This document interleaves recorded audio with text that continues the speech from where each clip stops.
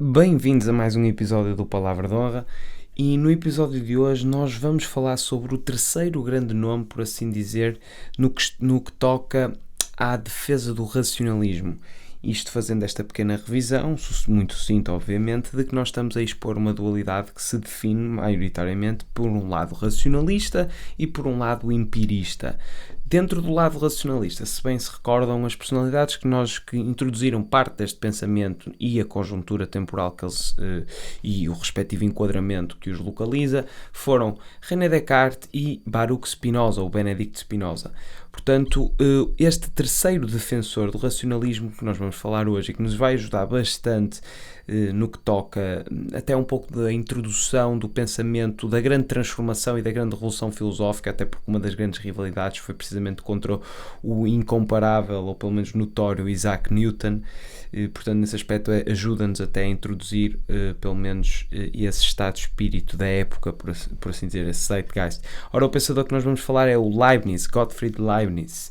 E lá está, o trabalho de Leibniz antecipou a lógica moderna e a filosofia analítica, mas lá está, a sua filosofia também remete à tradição escolástica, na qual as conclusões são precisamente produzidas aplicando-se a razão àquilo que nós já vimos como os primeiros princípios ou definições anteriores, e não às evidências empíricas, pois isso claramente é o que define o outro movimento de pensamento predominante na época, não é? Nomeadamente este experimentalismo, este empirismo.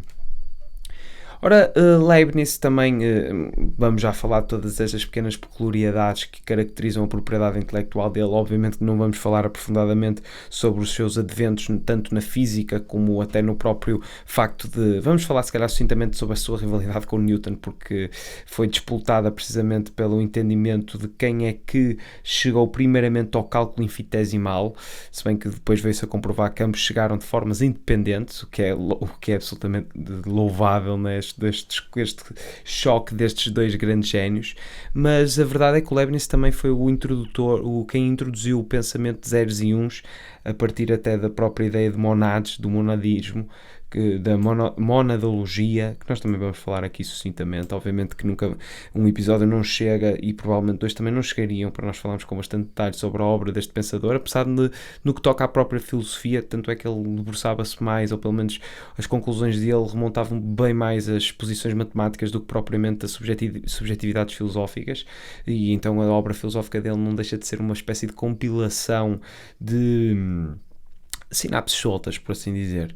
Foi assim um bocado apanhado aqui, apanhado ali, para se efetivamente compor, mas conseguimos perceber mais ou menos a ideia dele, e a ideia dele é precisa, pelo menos a ideia central, ou aquela ideia que muitas vezes lhe é atribuída, é ou pelo menos a predisposição, ou a disposição, por assim dizer, a disposição filosófica, que lhe é atribuída, é precisamente uma espécie de um otimismo metafísico.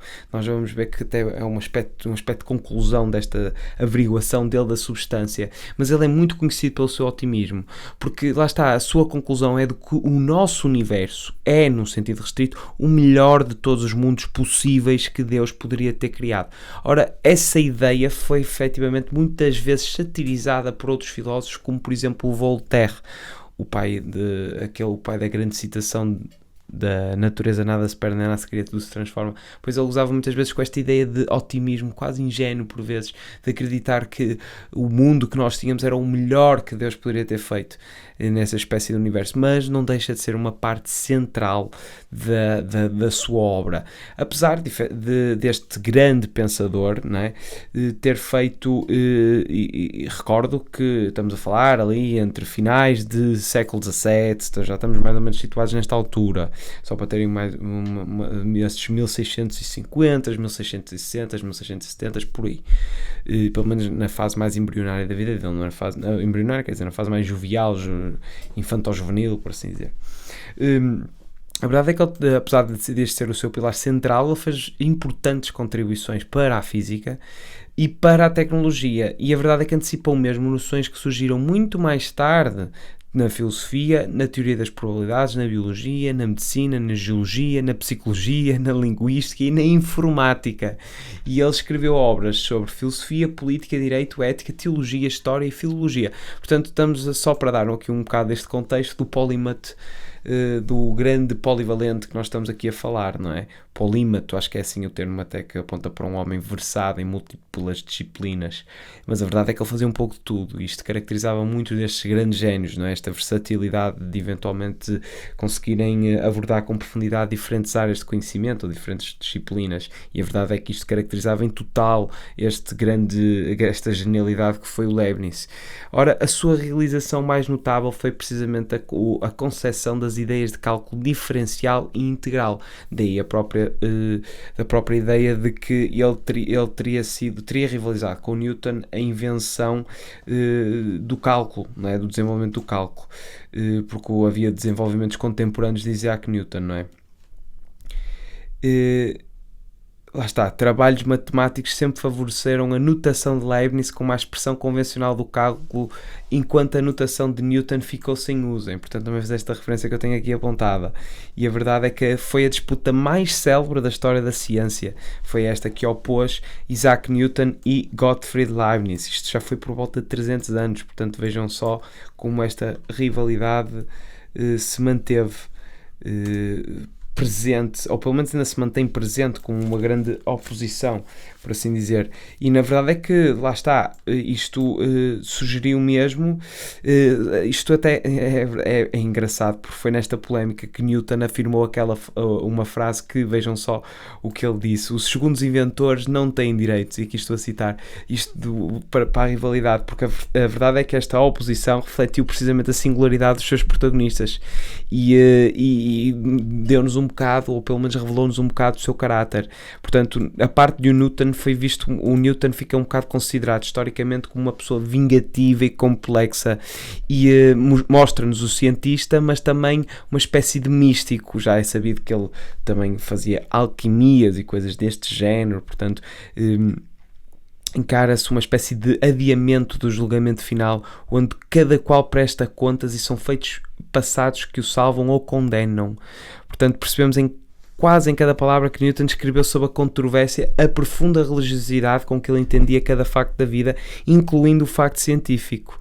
E o Leibniz, por outro lado, ficou caracterizado como uma pessoa mais incisiva, mas menos obsessiva, tanto que até, lá está, fez brincadeiras ou brincou com o assunto e com a polémica. E a verdade é que a guerra científica terminou apenas com a morte de Isaac Newton em 1727. E o que se conseguiu apurar é que tanto Newton e Leibniz descobriram o cálculo de forma independente. Mas é importante referir isto, porque muita gente aponta logo de imediato que o Newton foi quem desenvolveu o cálculo, mas é importante pôr aqui a preponderância com o Leibniz e o seu enorme contributo. E logo por aqui já é uma curiosidade que tenho a certeza que vai acrescentar valor a quem ouve, ou pelo menos a quem está a tentar estudar um bocado sobre estas personalidades e estas genialidades que marcaram os seus tempos. E a verdade é que não se pode ignorar esta grande contribuição do Leibniz num aspecto que muitas vezes é fundamentado, ou pelo menos atribuído quase exclusivamente a Newton. É como o Darwin, não é? De certa forma, o Darwin, eu agora nem me estou a recordar, para grande pena minha, mas ele é quase apontado como o único arquiteto da teoria do evolucionismo, e a verdade é que ele escreveu em colaboração com outro autor, e a verdade e aquilo que apura precisamente esta ignorância consensual é que eu próprio neste momento não consigo me lembrar, e eu, como também não tenho internet aqui onde estou a gravar, não tenho possibilidade de descobrir, mas tu podes eventualmente ver isso e vais apurar logo que ele não está sozinho no desenvolvimento teórico dessa ideia. E acho que também foi de uma forma independente, mas depois que chegaram a esse ambiente cooperativo de assinarem ambos a teoria. Portanto, acho que foi qualquer coisa desse género. Portanto, estas particularidades precisam sempre de ser divulgadas, caso contrário a história é muito célere a apagar este tipo de eventos, este tipo de contributos. Mas acho que o Leibniz ainda tem o seu património minimamente defendido, não é? Ora, se calhar é interessante também ver aqui alguns aspectos biográficos antes de abordarmos então em que é que consiste esta terceira defesa do racionalismo, por assim dizer, ou este terceiro grande pensador racionalista. Ora, e lá está, a biografia é sempre, e não se consegue desassociar a obra do homem, e a verdade é que Leibniz, além de ser um filho de professor de filosofia moral em Leipzig, é um filho de um professor de filosofia moral que morreu quando ele apenas tinha 6 anos. Isto faz toda a diferença, não é? Portanto, o próprio facto de ter um pai já versado e eloquente em filosofia, tanto é que é docente da mesma, é pedagogo, não é? E depois ainda tem esta faticidade, né, de morrer quando ele ainda é novo. Ora, só conseguimos imaginar o impacto que criou e seguramente que está intimamente relacionado com o seu enorme sucesso intelectual, não é? Portanto, isto foi em 52 e ele em 66 escreve da arte combinatória, na qual ele formulou um modelo científico que é o precursor teórico da computação moderna, que é esta ideia que lhe é muitas vezes que lhe é atribuída, precisamente foi ele que pensou, da ideia dos zeros e do uns, da numeração binária, da ideia do tudo e do nada, desta representação filosófica na natureza, na questão da substância. E isto foi ele o precursor desta ideia, foi ele quem introduziu primeiramente esta reflexão dos zeros e dos uns, e isto é por isso que ele é dito como esse precursor teórico da computação moderna. Portanto, todo o raciocínio, toda a descoberta, verbal ou não, é redutível a uma combinação ordenada de elementos tais como números, palavras, sons ou cores. Esta foi a ideia dele de tentar remontar ao princípio, já vamos ver mais ou menos, já vamos ver na sua propriedade intelectual como é que ele descreve este fenómeno, mas ele tenta ir buscar as primeiras coisas ou estes inícios todos que muitas vezes as pessoas atribuem simplesmente a Deus, e ele tentou ir procurar mesmo na essência das substâncias de tudo aquilo que é composto na natureza, e deu-nos esta possibilidade de analisar o observável como zeros e uns. Incrível, não é? E estamos a falar, o pai dele tinha morrido aos 6 anos, em 52, isto em 66. Portanto, vejam só o quão precoce até são estes próprios desenvolvimentos.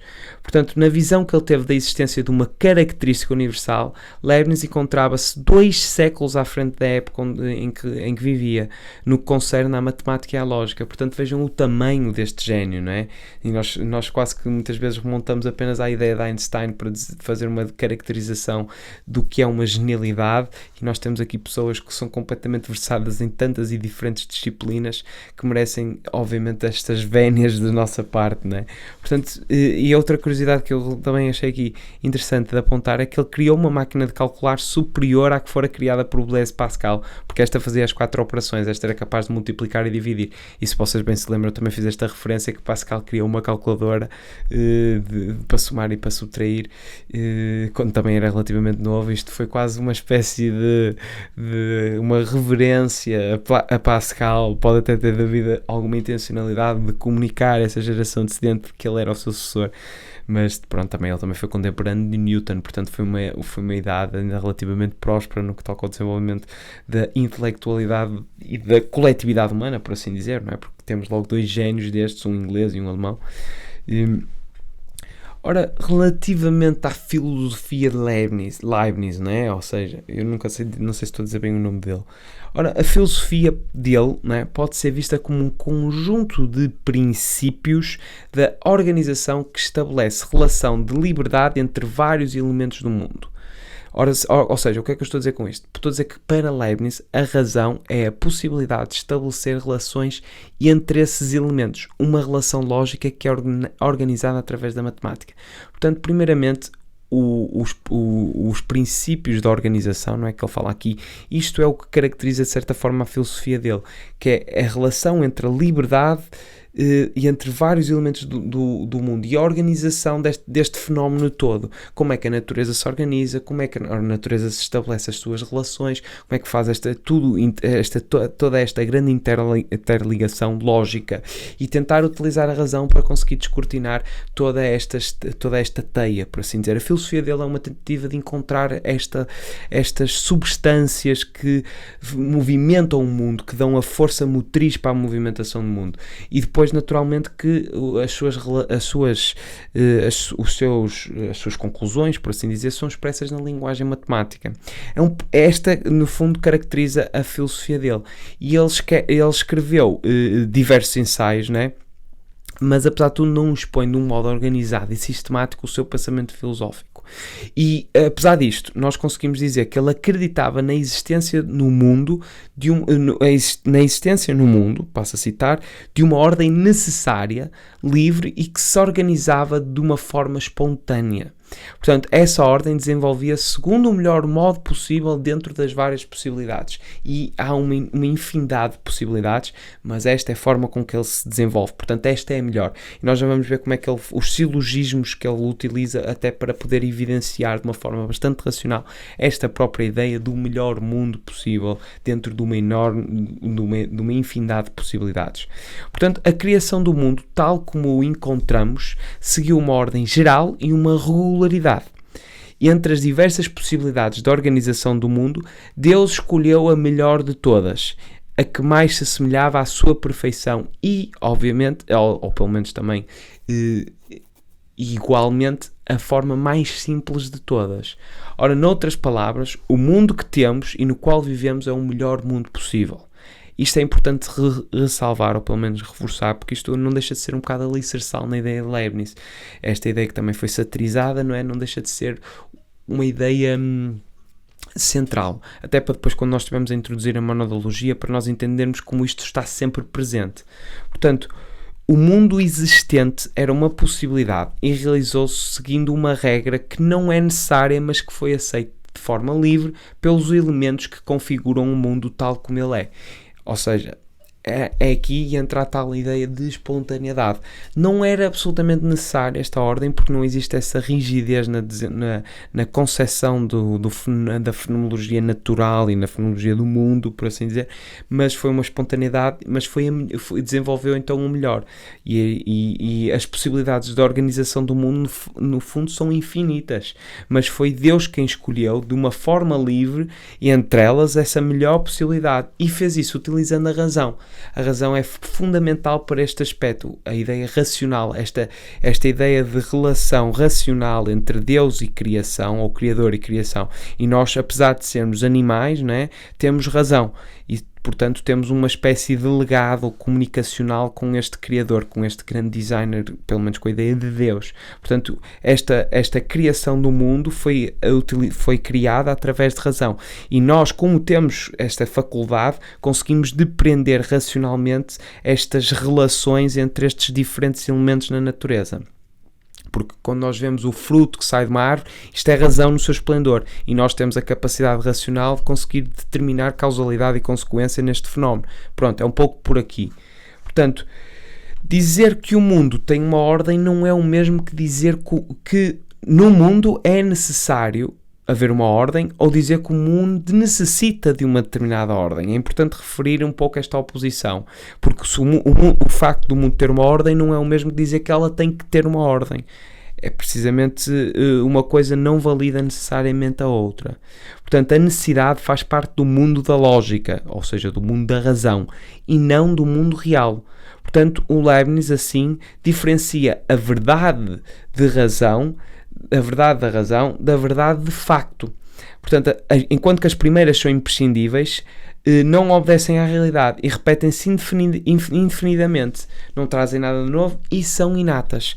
Esta ideia de verdade da razão e verdade de facto são duas ideias fundamentais. Na verdade, a razão é nesta questão das ideias inatas. Na verdade, de facto, é algo que nós eventualmente pode ser incognoscível. Portanto, esta dualidade, a dualidade da capacidade da faculdade humana para os desígnios divinos, são as duas ideias fundamentais que acabam por separar nestas ideias. Ou seja, as verdades, de facto, não têm em si a sua razão de ser e dizem respeito ao mundo real.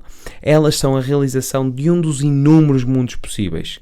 O contrário de uma verdade de facto também pode existir, é importante dizer isto. Portanto, a ordem da existência das verdades de facto deve ter um princípio. E esse princípio é o que, de modo geral, a filosofia do Leibniz tenta encontrar, precisamente nesta ideia de zeros e uns. Estão a entender? Estas são as verdades de facto, que são onde ele se tenta debruçar, que são um pouco estas coisas expostas com a matemática, não tão necessariamente com o processo ou com os procedimentos das verdades da razão, das ideias da lógica, do logos, por assim dizer, até porque muitas vezes pode ser falível essa ideia. Portanto, o Leibniz pergunta-se porque é que existe nesse mundo em vez de nada, porque é que existe este mundo em vez de nada, e esse mundo não tem em si uma razão de ser e de existir, e como não tem em si uma razão acontecer, essa razão deve estar fora deste mundo. Portanto, a razão de ser do mundo está em Deus.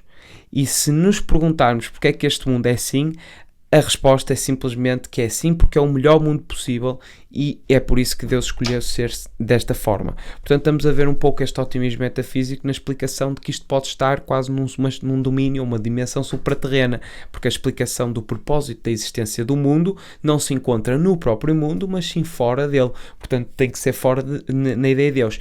Isto acaba por... Esta ideia quase superdimensional acaba também por ilustrar mais uma vez a diferenciação entre as verdades de facto e as verdades de razão. E não é nas verdades de facto que ele está a tentar descortinar mais concretamente. Portanto, ele não se foca tão necessariamente nos aparelhos da razão, como por exemplo Spinoza e o Descartes se debruçaram mais, não é? Apesar do Descartes também falar de substância, também falar de Deus, não é? Mas ele quer ir buscar mais esta ideia, não é? Portanto, já vamos ver a preponderância até da ideia da força como movimento ou como capacidade motora.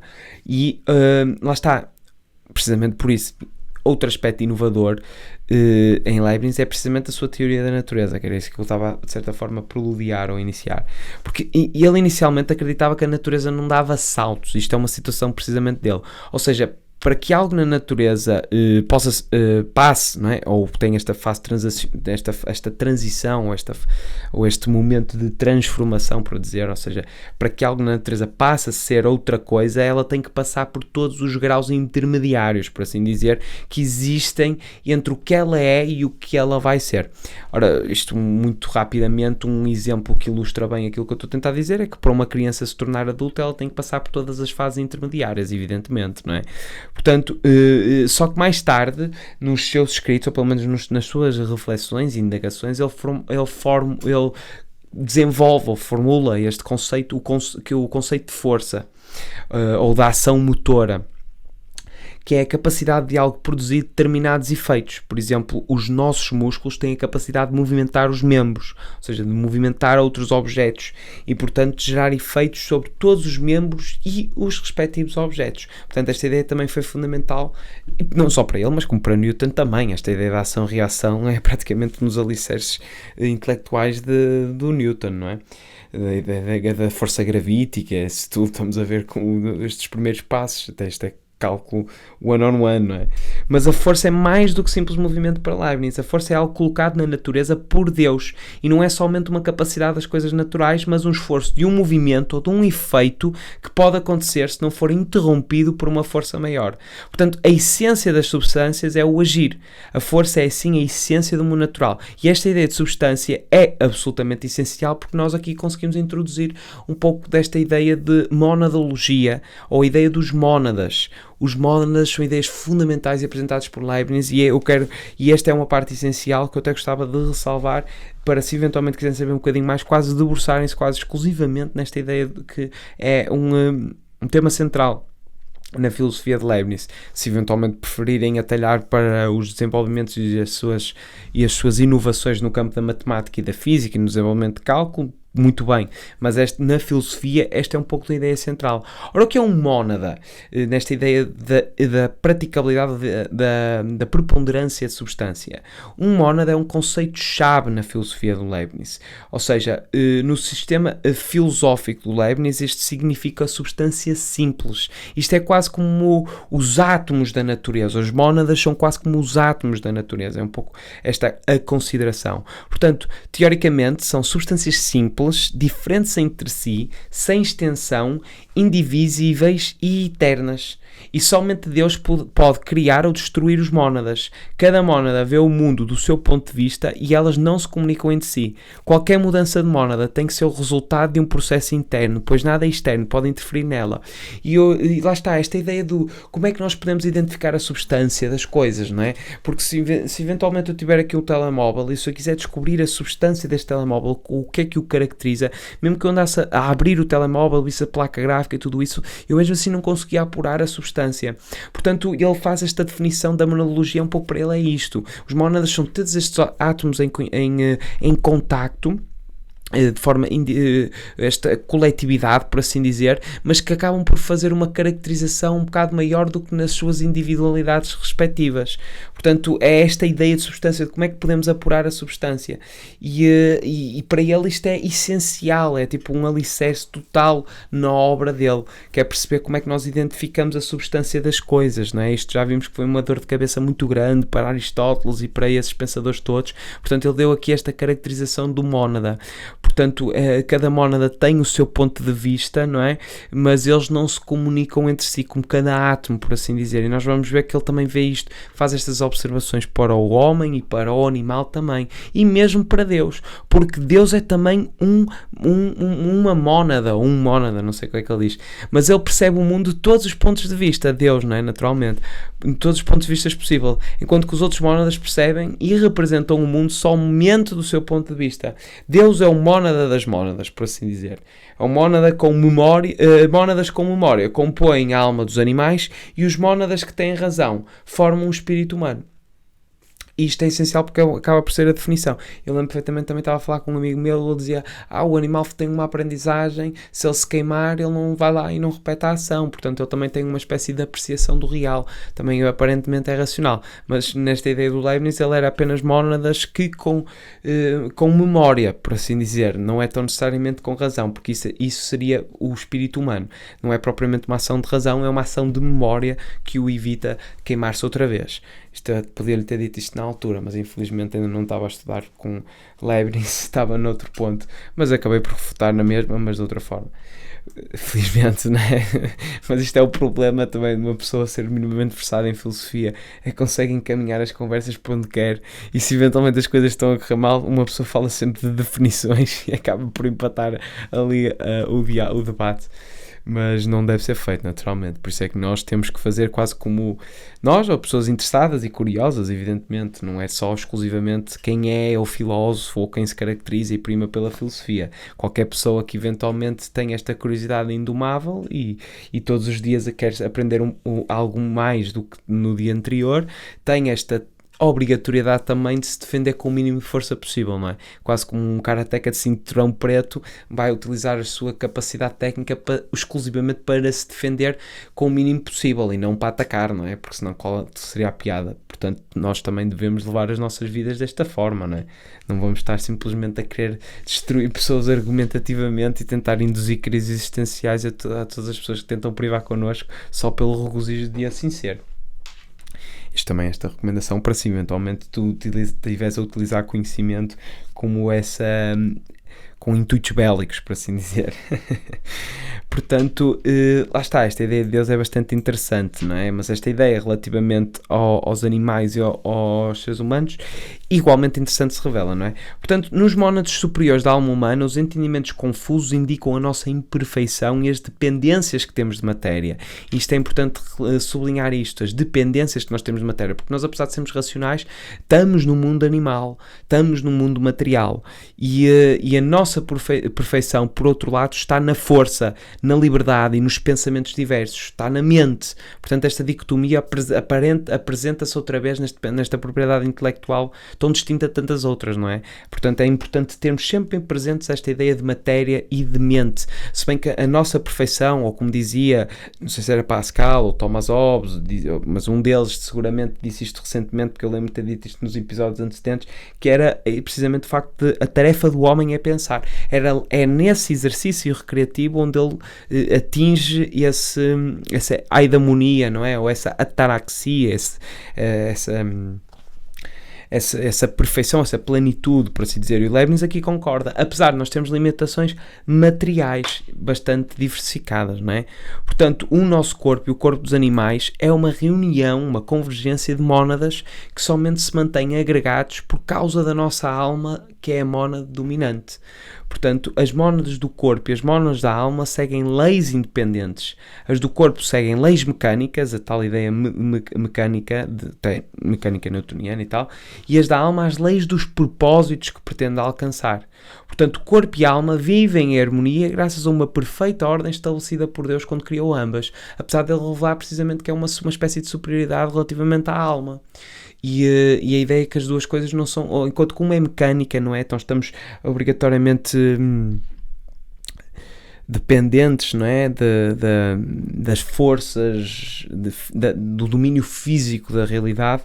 A mente consegue se estender para territórios abstratos que de outra forma seriam inalcançáveis, não é? Mesmo em exercícios especulativos, hipotéticos, exercícios de memória, no domínios oníricos. É tudo isso que ele revela aqui, nesta ideia de alma. A alma está muito presente intelectualmente em diferentes edifícios lógicos. Ora, para ele os mónadas são isolados, não é? Estão isolados, mas estão ligados por serem uma representação da outra, como as diferentes representações que podemos ter do mundo e que todas juntas formam a representação do universo que se manifesta na mónada máxima que é Deus. É esta ideia também de escalabilidade na interpretação da imagética, por assim dizer, não é? Um ponto, tudo depende do contexto, não é? A frase com o parágrafo, no capítulo, o capítulo no canto, o canto na obra, pronto, blá, blá, blá, blá. É um pouco esta ideia que ele está a querer dizer também em termos linguísticos, por assim dizer. Ora, o Leibniz fundamentou as mónadas em 5 bases ao longo da obra e eu achei relevante também apontar esta ideia aqui, apesar de eu recomendar mesmo a verem um pouco mais. Eu até gostava que vocês participassem nesta conversa, porque deu-me aqui ainda me deu alguma dificuldade em integrar os pensamentos do Leibniz, ou pelo menos correlacioná-los com outro material que temos vindo aqui a analisar. Portanto, eu até gostava de alargar esse debate para, eventualmente, se quiserem conversar um bocado sobre isto, ou eventualmente fazer algum tipo de observação àquilo que tenho vindo a dizer, porque efetivamente sobre estas ideias da monadologia gostava até de saber mais. Se eventualmente aí tiver aí alguém desse lado que seja versado, ou que tenha feito uma tese de mestrado ou uma tese de doutoramento sobre isto, gostava bastante de a ler, ou pelo menos de a conversar sobre ela. Se calhar preferencialmente até conversar sobre ela, porque ler artigos académicos pode ser um bocado como é que eu ia dizer, cansativo, porque depois vai-me falhar fontes e depois eventualmente também ter que meter fontes e aquilo, e uma pessoa precisa do contexto certo também para conseguir retirar devidamente as ilações necessárias. Isto já me tem acontecido nos últimos artigos académicos que tenho lido, apesar de ser sempre engraçado, não é? Mas uma pessoa tem que forçosamente constatar as suas limitações, não é? Em termos de contexto académico também, por assim dizer. Ora, as 5 bases dele, que ele ao longo da obra dele revelou, foram primeiramente na matemática, não é? Pelo cálculo infinitesimal e as suas conclusões anti-atomistas, no sentido materialista de Epicuro do Crécio. E Epicuro nós falámos dele também, que também fala dos átomos e tal. Física, isto também legitima as mónadas, não é? Obviamente. Física pela teoria das forças vivas e implicitamente pela crítica à dinâmica cartesiana, cujos erros, não é, o Leibniz se encarregou de destacar. Metafísico pelo princípio da razão suficiente, que é assim como a navalha de Occam. Navalha de Occam, se bem se lembram, esta ideia de tornar as coisas simples, não é? Dizer com o mínimo de palavras possíveis, ou seja, a ideia de conseguir exprimir um argumento que possa afigurar-se ininteligível de uma forma sucinta e simples, se não pode ser simplificado, não é válido, não é? Esta ideia. Portanto, não pode retroceder indefinidamente e requer um ponto de partida em cada ser, determinando a trabalhar por sua própria vontade ou inércia. E nós já vamos ver aqui um bocado das conclusões dele, deste aspecto do otimismo metafísico dele, que não deixa de estar fundamentado na obra dele. Psicológico, não é? Pela ideia, pela a concepção das ideias inatas, não é? Isto até serve de base para o Immanuel Kant escrever a sua crítica da razão pura. E depois no biológico, pela pré-formação seminal dos corpos e a subdivisão de funções e seu desenvolvimento orgânico. Aqui também está presente essa ideia dos mónadas. Portanto, nestas diferentes áreas ele tem este entendimento da monologia. Ora, esta teoria conduz-nos então inelutavelmente ao idealismo, porque a realidade em si é negada e multiplicada através de diferentes pontos de vista. Portanto, as mónadas são espelhos indestrutíveis do universo. Portanto, verificamos aqui esta concepção idílica, não é? E o tal otimismo metafísico, não é? pelo princípio da razão suficiente, essa tal navalha de Occam que nós falámos, de simplificar as coisas ao máximo, que é o conjunto das condições requeridas para a produção de um ser ou de um acontecimento, e se desenvolve desta seguinte maneira. E eu aqui apontei os silogismos que acabam por compor, de certa forma, este conceito, não é, de otimismo metafísico. Ora, ideia A, então, por assim dizer, tudo é por uma razão. Segundo o axioma, do nada, nada provém. B, tudo o que é tem mais razões para ser do que para não ser. Que seja, é a melhor razão. Não é? Esta é um pouco esta ideia. De que tudo tem mais razões para ser do que para não ser. Depois C, tudo o que é também é melhor do que aquilo que não é. E por conseguinte, não é? É o melhor possível. Portanto, tudo o que é também é melhor do que aquilo que não é. Portanto, e o que é melhor que não é o melhor possível também, com base no axioma que o que contém mais ser é melhor do que contém menos ser. Estão a perceber? Isto é quase matemático, é silogismos por alguma maneira, não é? Daí a tese do melhor dos mundos possíveis. Isto é aquele dotado de maior variedade de fenómenos com base no menor número de princípios. É esta a ideia do navalha de Occam. Ele basicamente com estes silogismos consegue chegar a esta ideia de que este é o melhor mundo possível, porque é aquilo que se observa.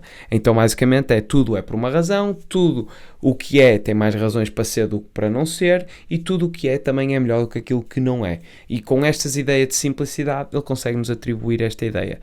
E está sustentado por razão, naturalmente. E depois leva-nos também à justificação do livre-arbítrio, precisamente pela harmonia pré-estabelecida. Ora, ele refuta o fatalismo das causas eficientes ou geométricas de Spinoza, distinguindo entre a pré-determinação, já que nada do que se torna é indiferente, pois conta com uma razão para ser. Mais uma vez ele sublinha aqui esta ideia de que as coisas para serem precisam de terem razões, ou razão para ser, daí esta tal racionalidade humana, antes do que não ser, e necessidade, dado que tudo o que é poderia ter sido de outro modo na infinidade de mundos possíveis. Com o que não é necessário, no sentido de ser oposto contraditório, ou seja, tendo em conta ainda que havia uma infinidade de possibilidades e nós ainda estamos neste mundo idílico, então nós precisamos ter essa tão razão para ser. Portanto, é a justificação do livre-arbítrio, disto não está predestinado. E depois leva ainda um quarto que eu também apontei aqui, mas este ainda nem percebi muito bem, que é um emergentismo inverso, ou seja, isto vai do simples ao complexo e não do complexo, matéria, movimento, ao simples, que é a percepção e intenção. Portanto, nós primeiramente percepcionamos as coisas e depois atingimos então a complexidade prevista na matéria. Portanto, estas ideias do Leibniz conduzem-nos então a estas 4 conclusões, mas eu gostava aqui de abrir o diálogo e abrir o painel para eventualmente conversarmos mais sobre isto. Se eventualmente quiserem falar individualmente sobre isto, tenho a possibilidade no Patreon, é só darem uma vista de olhos e tornarem-se patrões, não é? E fazerem então as sugestões para esse diálogo mais exclusivo, e eu aí também serei forçado naturalmente a estudar ainda com maior profundidade. Mas eu queria fazer questão de apresentar este terceiro autor, ou pelo menos este terceiro defensor do racionalismo do século XVII. E aqui gostava de ouvir as vossas opiniões sobre a obra do Leibniz e mesmo sobre a conceptualização do binário, nesta ideia que predomina, não é, na nossa realidade computacional. Portanto, eu concluí aqui o episódio na esperança de ouvir alguma coisa relacionada com isto e efetivamente, aliás, termino, não é, no registro característico de fazer então a tal recomendação para que sejas uma chama sem parecer selo, e vemo-nos ou ouves-me, não é? Ou falaremos, depende de tudo, toda a etimologia serve aqui, no próximo episódio, e vamos dar continuidade então a esta aventura. Mas gostava muito de ouvir, portanto deixa o teu comentário e fala-me se eventualmente tiveres alguma dúvida, também exige, por assim dizer, não é? Esta é a recomendação que eu faço a quem ouve, exige mais e melhor de mim, porque eu correspondo e tentarei corresponder a essa exigência. Portanto, até à próxima e muito obrigado por teres ouvido.